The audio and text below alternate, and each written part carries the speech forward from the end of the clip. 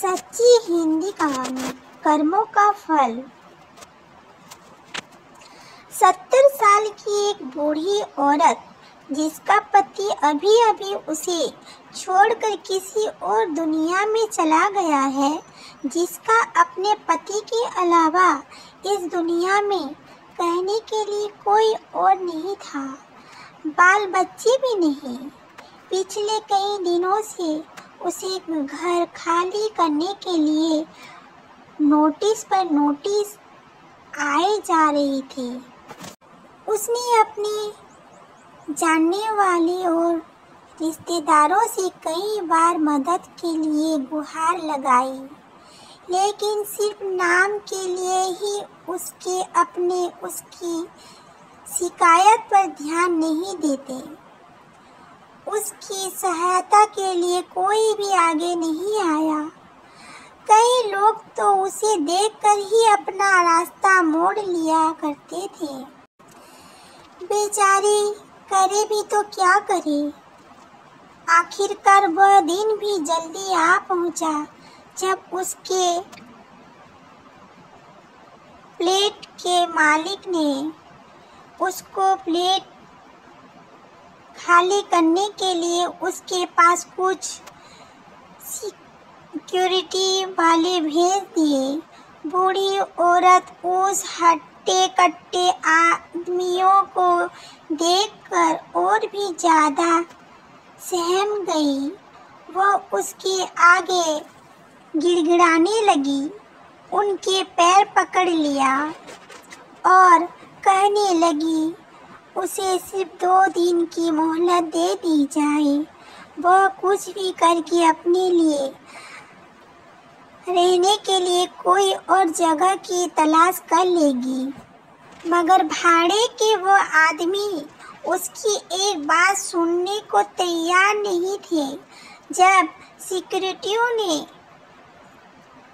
Security वालों ने उस बूढ़ी औरत को धक्का मार के निकालने ही वाले होते हैं, तभी पीछे से एक आवाज़ आती है, खबरदार, जो इस अम्मा को किसी ने हाथ भी लगाया तो किसी के घर से कोई नहीं निकाल सकता।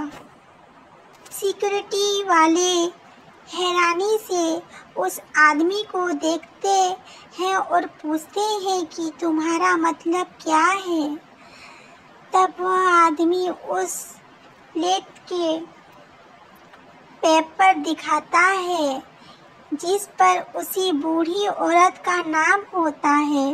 वह उन्हें तुरंत वहां से निकाल जाने के लिए कहता है।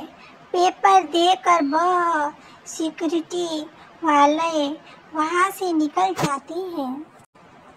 तब उस आदमी ने अपनी पहचान देते हुए उस बूढ़ी औरत से कहा, याद कीजिए माँ जी, 20 साल पहले आप और आपके पति एक मंदिर आए थे।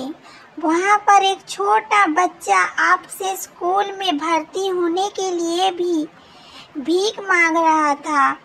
आपके पति ने तो यह कहकर आपको मना कर दिया था कि इसको पैसे मत देना, यह नशा कर लेगा, और आगे चले गए थे। लेकिन आप वहीं पर रुक गई थी और आपने अपने पास रखे सारे पैसे उस बच्चे को दे दिए थे। आपने आशीर्वाद और एक ताबीज़ देते हुए उसे कहा था कि भीख मांगने से अच्छा है छोटा मोटा काम करो और अपनी पढ़ाई पूरी करो, तुम्हें भगवान जरूर कामयाबी देगा।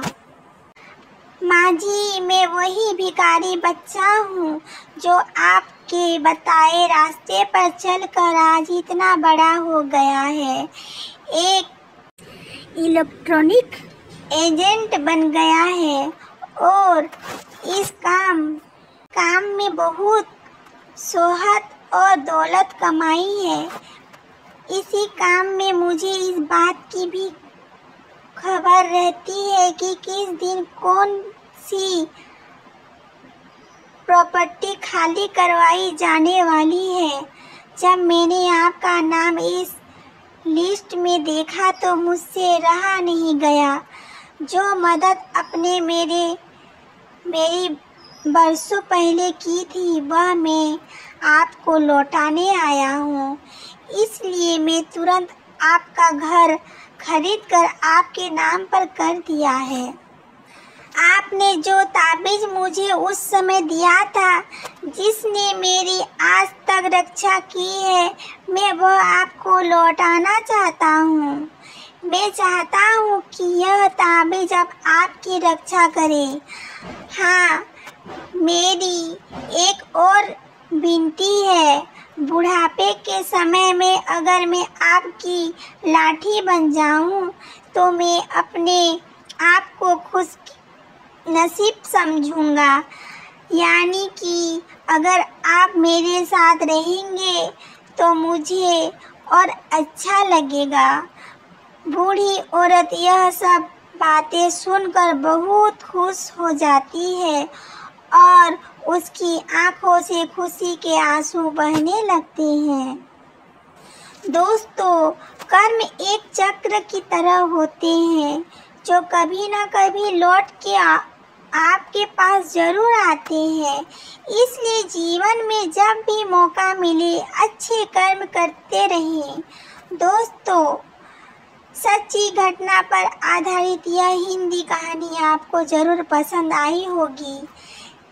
ऐसे ही कहानियाँ सुनने के लिए हमारे चैनल को लाइक, सब्सक्राइब और शेयर कीजिए। धन्यवाद।